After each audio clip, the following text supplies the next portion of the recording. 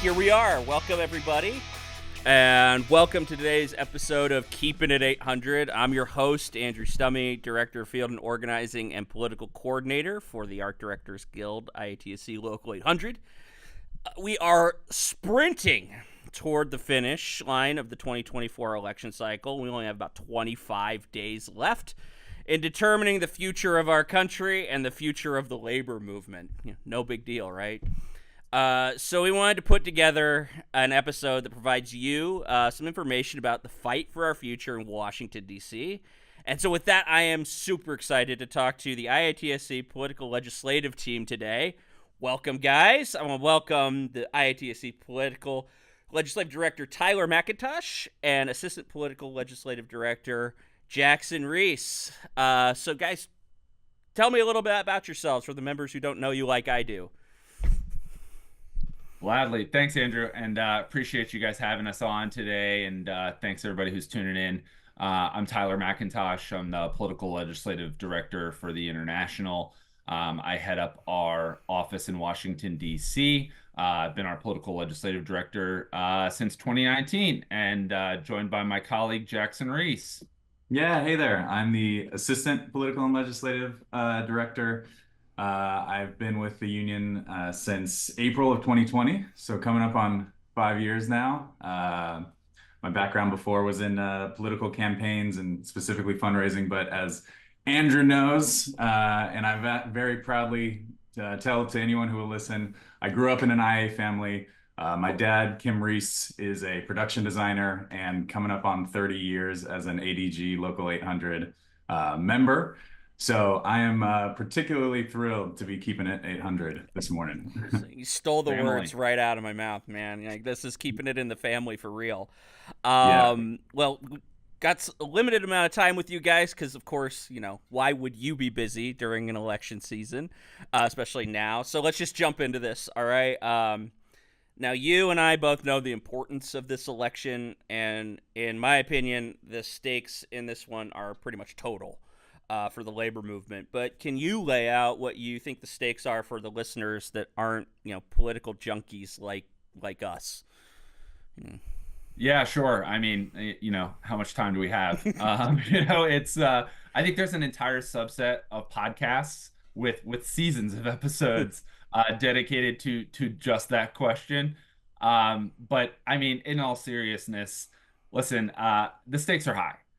There's no question. I'll start with a cliche here, but I don't think it's hyperbolic to say this election could be the most consequential of our lifetimes, particularly for union workers and the labor movement. With each passing November, it seems the stakes continue to rise as the distance between the major political parties widens on this vision for America's future. And, candidates surprisingly continue to make workers' rights, women's rights, voting rights, central issues that are being debated, right? We can't find consensus on what we feel like are bedrock principles of our democracy and of the labor movement. So it's really impossible to disregard the disparity between these two visions and the potential implications for the future of American democracy, but also the labor movement as a whole, I think, as you alluded to.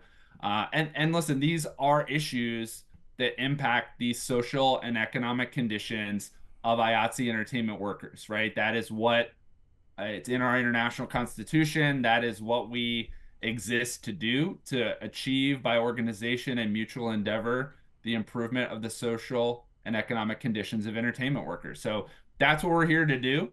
And ultimately, what's at stake in this election are those issues. And plain and simple, it's the IATSE agenda. It's our shared goals and our values as a labor union. And I'll just say, recent years, I think we can all agree, have starkly shown us how much these elections matter and what these consequences look like that directly impact IATSE workers and their families. And we've got the receipts, right? Particularly at the top of the ticket. The difference between the two candidates for president on support for labor unions and workers, it just couldn't be more glaring. their actions really speak for themselves. You've got Kamala Harris, who has joined workers on the picket line to fight for fair wages, to fight for good benefits. Donald Trump, I mean, we know firsthand he's a scab. We had IATSE members working on The Apprentice in the early 2000s who were standing together for fair pay and conditions, and Trump crossed our picket line, Yeah. disrespecting us to our faces. So, we know who this guy is. And in addition to that, he's got a 4-year record on labor issues as president that we can point to. And plain and simple, his administration made workplaces more dangerous, these anti-union forces more formidable, and our retirement security more uncertain. So, we already know how he treated workers and unions before, and now we've got, over 140 Trump advisors and former and likely future leaders in the Trump administration that have published a 920-page document called Project 2025 that spells out what they plan to do during a Trump second term. So, spoiler alert, if you are not aware of this, it is the corporate anti-union playbook. So, I mean, that's one side of the coin. Yeah. Yeah. And I do think, to Tyler's point, we're in a unique situation in this election where we have a member of the current administration running against a former president. I think the last time that this happened was when Grover Cleveland, lost and then reran like at the late 1800s, right? And so it gives us a really unique opportunity to compare the actual tangible records and not just the promises, and I think that there are certain lines during election time that, are repeated enough that maybe their meaning becomes diluted. But I think something that's worth emphasizing is that the Biden-Harris White House has truly been the most pro-union administration in history. The IATSE has had unprecedented opportunities to speak up and weigh in on the decisions that impact our industries and our workers.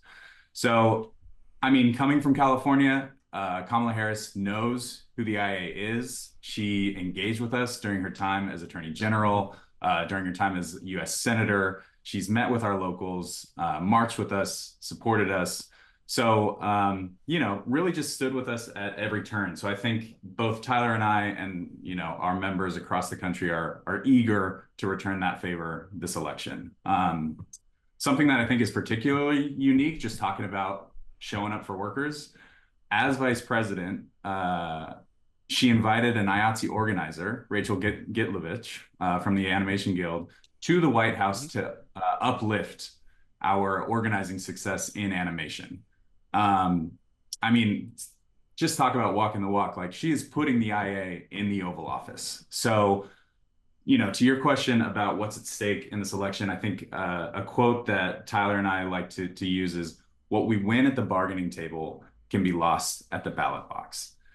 Every day, elected officials from the local level to the federal make decisions that impact our contracts, our wages, healthcare, retirement security, workplace safety, and so much more. So, we're talking about the top of the ticket, but up and down, we need to elect candidates that prioritize workers and their unions and their families.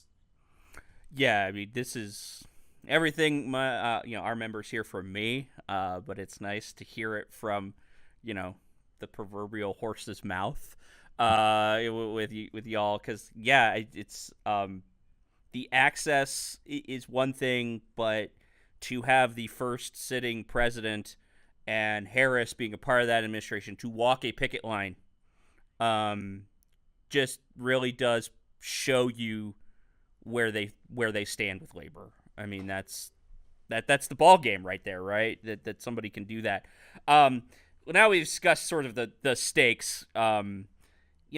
What can people do to ensure, our future? Like, what can, how can people, especially members, like, get involved and what can they do?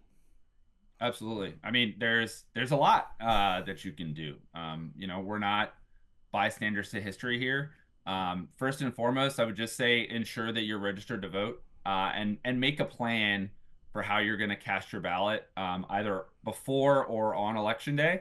Um, you know, every year, millions of Americans find themselves unable to vote because they've either missed a registration deadline, they haven't updated their registration.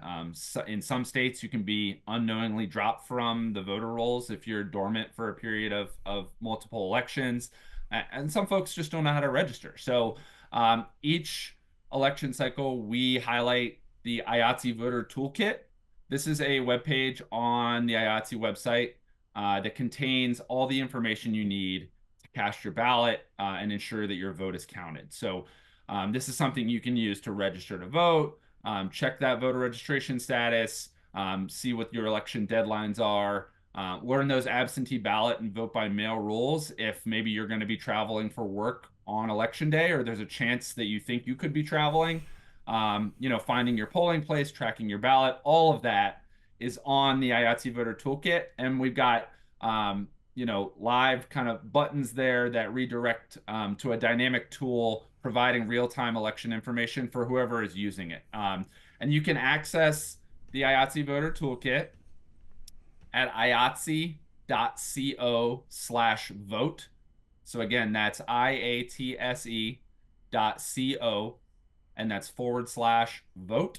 And I'm going to jump in here because guess what? We post this or record it. We'll make sure we'll put that link in the bio, as they say on podcasts. Perfect. We'll make sure that link is out and active for people to go to it.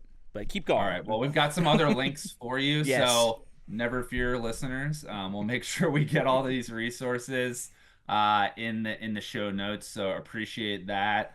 And so feel free to circulate that resource within your network to help folks check their voter registration and make a plan to vote. And don't forget to start with yourself, right? Make sure you've made a plan first and then help others.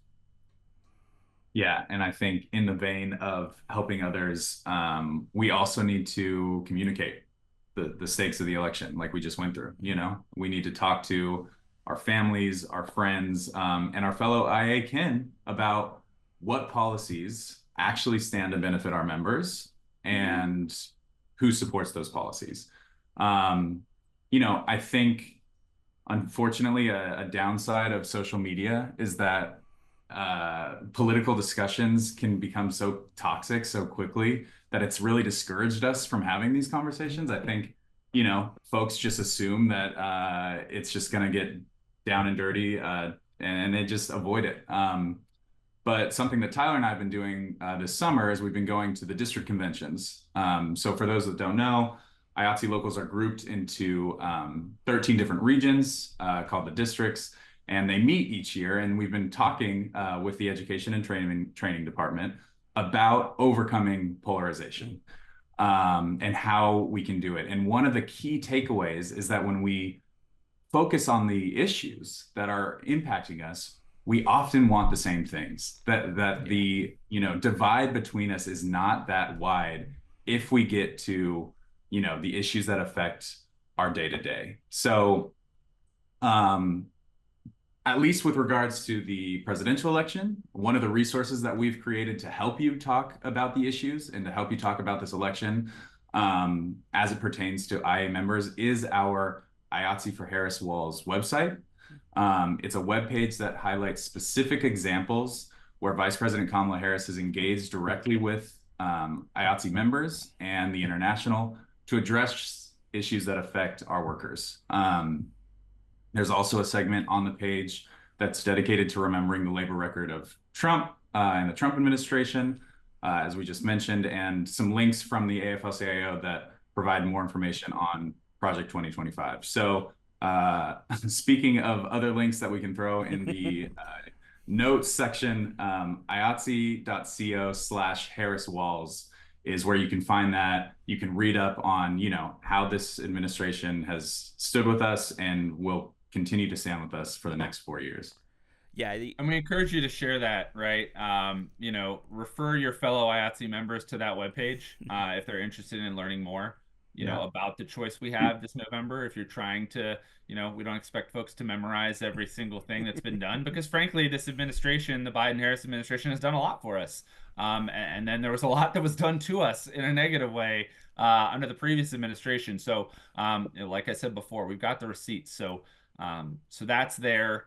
And we don't mean to be rude guests here by adding items to the to-do list of our host, but we do always advise IATSE members to contact their local union political coordinator for additional opportunities to engage in political activism. So, for our 800 members listening, reach out to Andrew. We've got volunteer opportunities and ways to get involved. We're always making political coordinators aware of canvassing and phone banking opportunities within the labor movement solidarity program, Labor 2024. So if you want to do more, just reach out. And then finally, I'd say also educate yourself on IATSE PAC. And if you're not already, consider financially supporting the work that the International does to elect pro-union candidates to federal office. Yeah, I think this all ties up really nicely with, I think what you're saying is like, it's, as an organizer, it's listening to members, listening to folks, not, whomever, not just members, but in when you're talking about politics with folks and, people, oh, it's such a hot button issue, but starting the conversation, listening, and then being like, hey, I agree, even though they may be on the opposite side, it's about the issues. When you make it about the cult of personality that's been cultivated out there in this political landscape, then I think that's where a lot of the friction happens. That's where, these arguments happen. But I think if you make it around the issues and being like, hey, look, do you oh, you just said, that you're close to retirement. Did you know that, that in Project 2025, they're going to make it really hard to retire? They're doing everything they can to take away, to make it very difficult for pensions to be solvent, and that's on purpose. It reads like a good thing, but when you drill down into it, it's like, no, it's a way to undermine all that work that you did for years. So that way you have to keep working and you no longer get to enjoy retirement or even just retire in dignity. And so I think, it's finding those issues that people care about and being armed with a little bit of information that is provided, and we'll put all the links in, or you can call me, like Tyler said, right? And you and I can and we can talk about it, and I can kind of arm you with some, information, so that way when you're talking to your crazy uncle about the issues, not about the candidate, you can kind of say, well, look, there's one, there's a clear choice here, for that issue. But yeah, I think, and then of course, I'm just putting a finer point on all of this, I think our members are constantly, by this point, sick of hearing the word PAC come out of my mouth. But at the end of the day, it really is, in my opinion, the best tool with the least amount of effort for a member to get involved.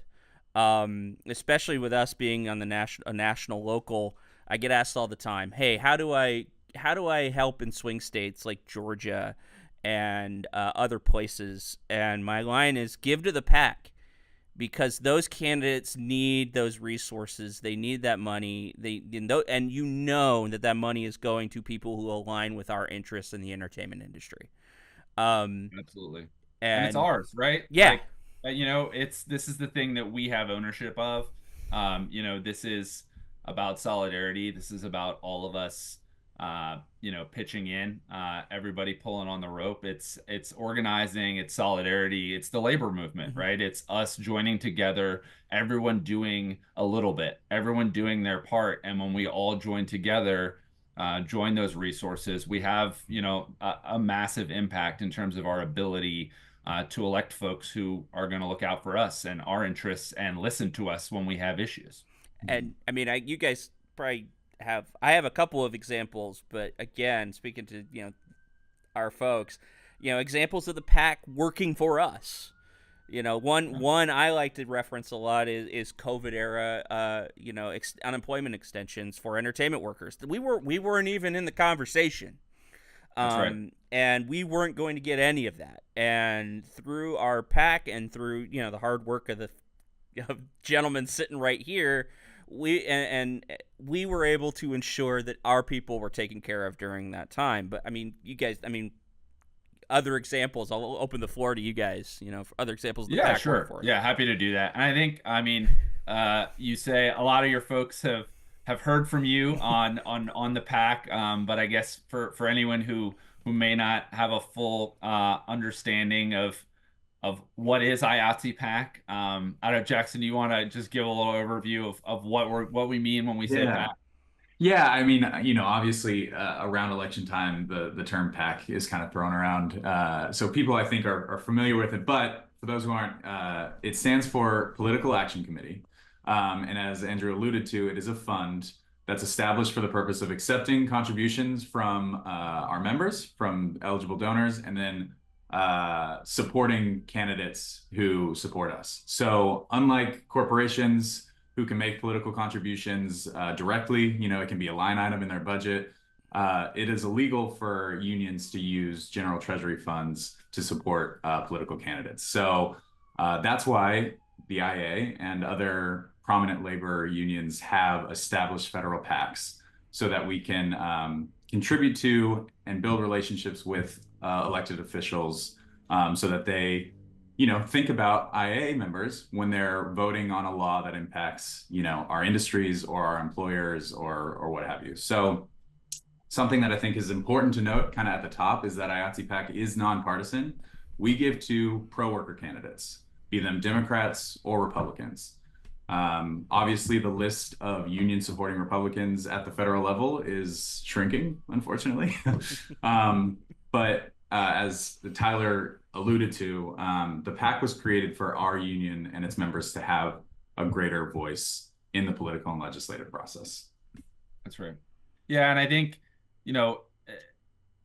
the reality is, and Jackson alluded to it here, is, listen, corporations have these entities, our employers have these entities, anti-union forces, folks who uh, don't like unions, right? And frankly, there's millions and millions of dollars that they are funneling to anti-union and anti-worker candidates a lot of the time, that don't support our ideals. And ultimately, this is a tool. This is our ability to stand up and fight back on those, that amount of wealth and focus. And listen, we're not asking anybody to do outside of what's in their means, but I think if we ignore this opportunity, I mean, you're talking to two guys who, frankly, I don't know that you'll find many people who are more enthusiastic about getting money out of politics. It would free up a lot of our Yes, bandwidth absolutely. to do other things that are productive for the membership. But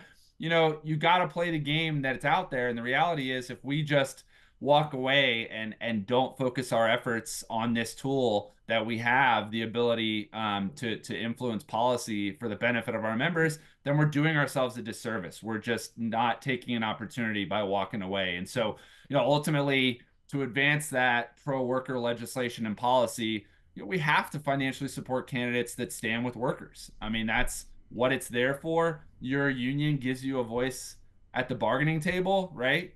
The PAC gives you a voice where our country's laws are made, right? Where we're legislating, we are able to, influence what the congressional makeup is, and if there are people who are receptive to our issues. And so we know the White House and Congress play really important roles in the industries that employ IATSE members and the laws that govern labor rights. I mean, the laws get made there and they determine, what ultimately collective bargaining rights. I mean, our rights at work, healthcare. I mean, all of these things that we care about and we advocate on are influenced in this political space. So we want to make sure that when members of Congress are thinking about how a policy may affect corporations or our employers, that they're also thinking about the impact on IATSE behind the scenes entertainment workers. And one of the ways we do that is through our influence in the PAC.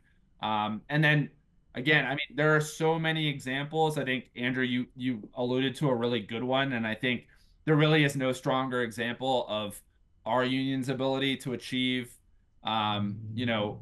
what we set out to do than the COVID-19 federal pandemic relief Mhm. that we got. As you mentioned, I mean, in March of 2020, when Congress was first considering coronavirus relief legislation, there was a serious risk that we were going to get left out in the cold Mhm. altogether because unemployment insurance programs, as we know, have traditionally failed to address the needs of entertainment workers. Yeah. But because we had champions in Congress who understood our industry, who cared about workers, we made sure we were able to get eligibility for that $600 a week of federal benefit over the state levels, and making sure that people who had, even those with scheduled or offered work that had been shut down due to COVID, were able to get those benefits. And that didn't happen by accident, Yeah. right? That was because of our grassroots activism and because we were able to help elect through the PAC members of Congress who demanded that more be done for us. So that's a prime example, but there are certainly others. Jackson, if you want to touch on one or two, but the list is long, Yeah. and so Yeah. this is a really influential tool we have. Yeah, I think shortly thereafter we had the 2020 elections, and we used the PAC to support candidates that won a pro-worker trifecta. So Joe Biden, of course, won the White House, and then we had pro-worker majorities in the House and the Senate. And that 2-year period from 2020 to 2022 was super productive. Mhm. The first law that Joe Biden signed into, or the first bill that Joe Biden signed into law, was the American Rescue Plan Act. And the American Rescue Plan Act extended those pandemic unemployment insurance programs, but it also included all of the IA's other priorities for additional COVID-19 relief. It provided 100% COBRA subsidy so that IA members who had not yet returned to work could stay on their multi-employer health plans. It gave IATSE locals access to the PPP loans, Mhm. so that they could continue to provide, support to their members as they were forgiving dues and stopping due payments. And then to your point, Andrew, earlier about retiring with dignity, the bill included the Butch Lewis Emergency Pension Plan Relief Act, which is a mouthful. But essentially, what it was is it was relief to the multi-employer pension system. The IA has strong pensions, but we are part of that system, Mhm. and there are parts that were suffering. And so now that relief that came through the American Rescue Plan Act secures our pensions for generations to come. And I think it's worth noting, I mentioned earlier that Vice President Harris has played a pivotal role. She was the 51st vote in getting that bill passed. She's the reason we got any of that. So I know it's a little in the weeds, but we were in a pretty dire straits there at the beginning of the pandemic. I don't think anybody would disagree. And this really kind of helped sustain us until we were able to return back to work. Yeah. And not only that, I think last point here, too, is IATSE PAC also can help strengthen our hand, not only with legislation and policy, but also at the bargaining table, right? Mhm. You may recall, Andrew, during the 2021 Basic Agreement and Area Standards Agreement negotiations, long before SAG-AFTRA and the writers went on strike, we were really 24 hours away from the first industry-wide shutdown that our industry had seen, Mhm. in decades. And, when the AMPTP refused to bargain on our key issues at that time in the fall of 21, we got 120 members of Congress to sign a letter to Carol Lombardini, the head of the AMPTP, demanding that they return to the table Mhm. and reach a fair contract that ultimately achieved historic improvements in working conditions and wages and sustainable benefits. So we're able to leverage these relationships from these influential elected officials who can also contact our employers and let them know what they think about these issues that are being, debated at the bargaining table too. So, it is a massively important resource for us and one that we've been able to utilize in a lot of different ways. Well, with all of these wonderful things that we that we have with the pack and that they do, how can people donate? Hmm. Well, Yeah, I think, well, you got that exactly, that placard right in front of you, IATSEPAC.net. The easiest way to make a contribution is to go to that website. If you've never logged in, there is instructions on the landing page for how to set up your account. Each IA member has an account, and I think it's worth noting that the only way that you can donate is to be an IATSE member or their immediate family, to be a staff member of the international or our affiliated locals, to be an IA retiree, or someone, this is pertinent for our stage locals, somebody who's working on our overhire lists under an IA contract and working to become an IA member. But you go to IATSEpack.net, you log in, you hit the Contribute Now button, and then you're able to sign up with a credit card or a debit card, just like you would any online purchase. There's also ways to, set up payroll deductions, or you can download and print out a contribution form and mail it the old-fashioned way, but it's kind of your old-fashioned. Yeah. Sorry. Mail. And I think it's worth repeating because Tyler mentioned it a little earlier that like we know that this is a fairly uncertain moment for a lot of our members, particularly the folks who listen to this podcast, who are in the film and TV side of the union. And we're cognizant of the financial situation that they may be in. So, we're not asking for grand contributions. This is really just signing up for $2, $5, $10 a month. Because over time, and with, the addition of other IA members joining in, that contribution builds into a really strong and lasting political program. I think we've all given $5 to a candidate that resonates with us. But if you give that $5 to the PAC, that money often goes to those same candidates, but it's just multiplied 100 times because we're able to, as Tyler mentioned, join together in the ethos of the union in solidarity and really make a bigger impact. And it's your PAC, right? That's the thing. It's yours. It's not. We're not talking about some ethereal thing that you donate to. Look, you can. Please donate to candidates, if you feel strongly enough. But this is yours. This is your voice in Washington. It really is. And that's why I'm so passionate about it, is because, I think you alluded to, you said it, right? We've got members, there are members right now, we're being real, that have been out of work. There's a lot of fear. There's a lot of nervous energy. There's a lot of things about what's going to happen in the next 26 days, with this country, the direction this country is going, and that all ties into people's work and their identities. And I think this PAC gives you a voice and some comfort in some way to say that that this money is going to represent your needs and address your issues. In your work. I mean, we all pour so much of ourselves in this industry into our work. It really does become our identity. And so it's like, this is your way to make sure that your voice is heard.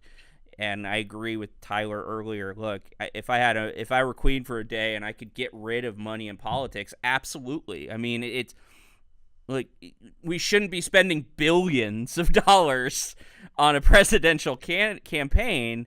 But that's where we're at, and this is the reality, and we've got to face that reality and play on the field. And so, so I want to, I think I'm getting wrap it up signals, but I'm the host, so we're gonna keep going. It's I'm in the driver's seat. Buckle up, people. So I do want to get to an important point on this note for our members, right? I'm getting asked a lot at the local level. What's on the horizon for our political program? What's on the horizon in the political sphere? In what we're doing to address, the entertainment industry and politically. And I know the three of us have talked a little bit in prior meetings, but I'm gonna let you guys sort of give us a little bit of a landscape of where we go in the future, what our political program looks like moving forward. Obviously the priority being election day and the 26 days, but like after that day in November, what are we looking at? What are we looking for? Absolutely. Yeah. No, I'm glad you asked that. I was actually just thinking as you were talking about the PAC. I mean, a lot of the concerns that members rightly have about the state of the film and television industry and the retraction that we're seeing, um, there is going to be policy conversation about that in the coming years. And what happens on election day and who we elect and who is receptive to our feedback and who's going to hear us is ultimately going to determine what we're able to achieve. Plain and simple. So I think, for us, right? I mean, Jackson and I are grinding. It's hard for us to see too far past 25 days from now. But that said, we know what our priority issues are on behalf of the membership for the next Congress. And I think you touched on one of them being, there is going to be an effort to start talking about ways to incentivize more production in the United States of film and television work, right? Making sure that these other countries like the UK, like Australia, like others, Ireland, I mean, there are a number of them out there that are, they know what a lucrative industry this is. They know what a great economic driver it is and the jobs that come with it. And so ultimately, there's a lot of nations that are instituting or juicing up federal incentives, tax incentives, and credits to try to lure production overseas. And our nation is really one of the only one. Obviously, a lot of the states have their own state incentives, but at a federal level, other than there's a tax provision called Section 181 that was instituted really in the early 2000s when we first started seeing runaway production from California. That was instituted to try and keep production here, and that's a good example of what we could see over the next couple of years. And what we as the IA are going to be advocating for is, we need these jobs. We know a lot of our folks, don't have opportunities right now. And so there is conversation amongst the IA, other entertainment unions, but also with our employers about talking about a federal tax incentive and what that could look like. And we have champions in Congress who are also passionate about this, who have constituents who, are speaking to them. One of them being our longtime champion, Congressman Adam Schiff from Burbank, who is, knock on wood, about to ascend into the Senate through a lot of help from all of you and the IA's support.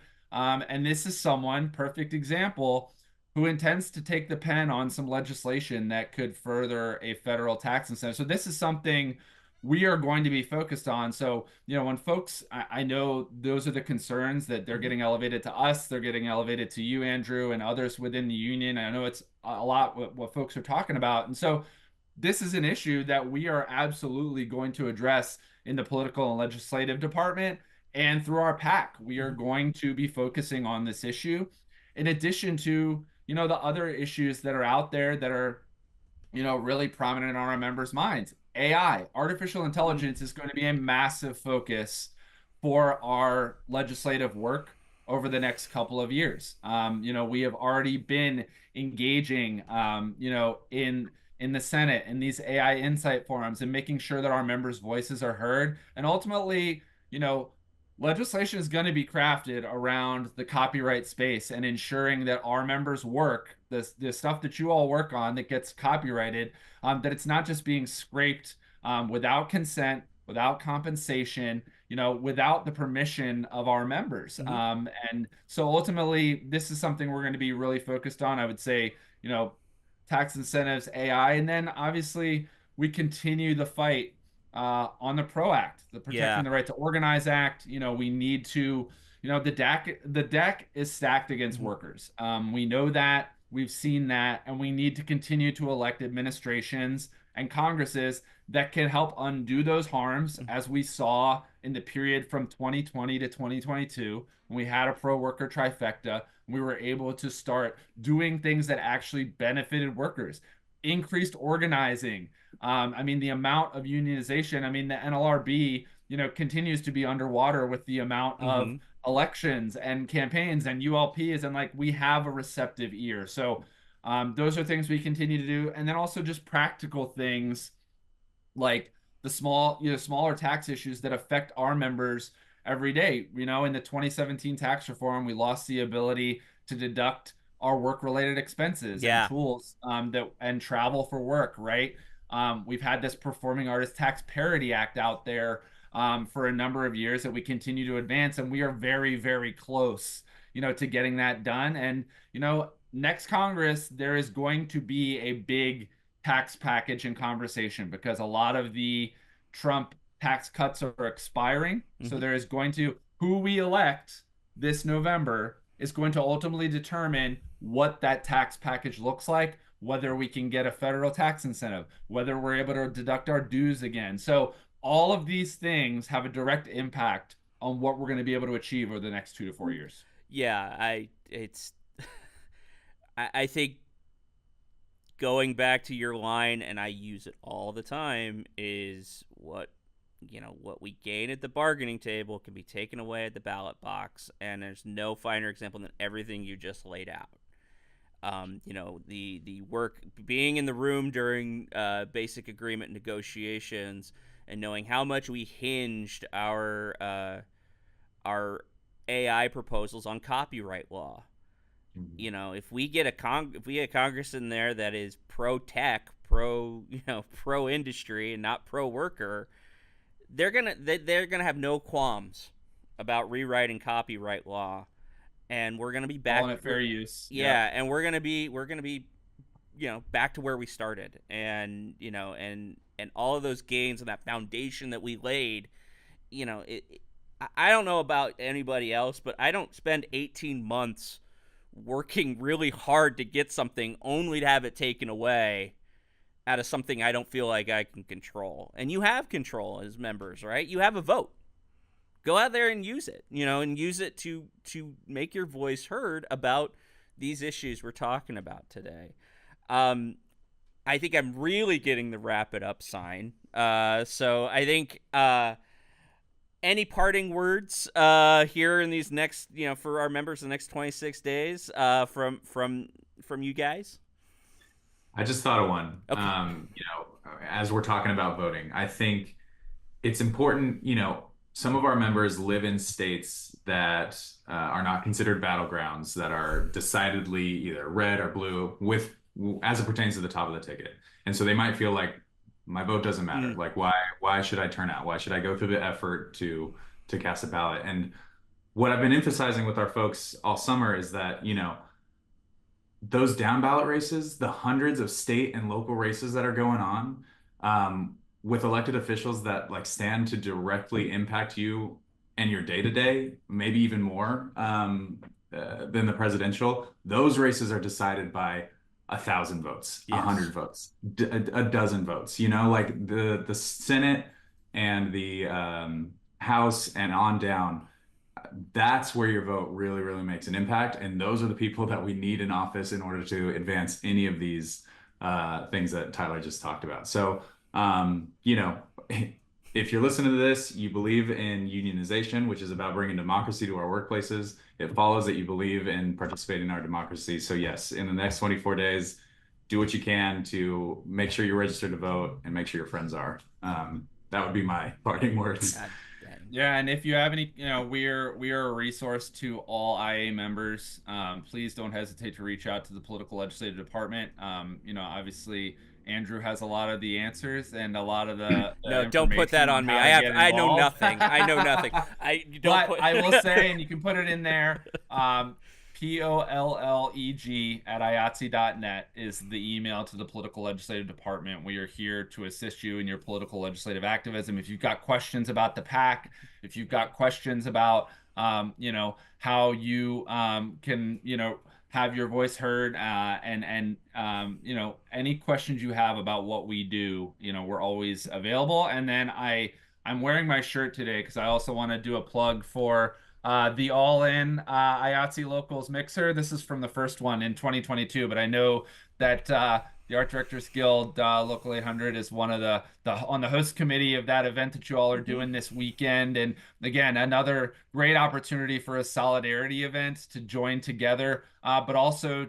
to support a good cause, and that's supporting the PAC, which supports all of you. So, if you don't have plans this weekend or you're not aware of that, I'm sure Andrew can get you more information there. But go turn out and talk about some of the things we've talked about today at that event. And let's run through the tape. Let's put our heads down and let's make sure that we have an environment politically and legislatively where we can achieve the things we want to achieve. Man, you got all the plugs in there. You got all the promos in there. It's like, you must do this for a living. I gotta say, no, absolutely. Yeah. Tomorrow, October 12th, All Impact Mixer. It's going to be a great time. Plenty of opportunities for you to give to the PAC, but also, go out, spend some time with fellow members. We'd love to see you there. I'll be there. Our comms team will be there. So come on out. So with that, I'm just going to close, fellas. This has been fantastic. Thank you for your time, especially now. I know how busy you all are over there in the political ledge department, but really taking some time out of your day to come talk to us and talk to our members through our Keepin' It 800 podcast. Couldn't be more grateful. Election day is November 5th. And if you're interested in election volunteer opportunities, you can email me, andrew@adg.org, to get involved and help your union kin fight for our future. And at the very least, vote and make a plan to vote. That is important. So thank you all for joining us live. And don't forget to like and subscribe to our YouTube channel and follow us on our social media platforms, Instagram, Facebook, Twitter, at ADG_800, and LinkedIn and Facebook at Art Directors Guild. If you have a good idea for an episode of Keepin' It 800, email Ricky at adg.org. That's Ricky spelled RIKKI. We'd love to hear you. So see you next time here on your podcast, Keepin' It 800. Thanks, everybody. Bye.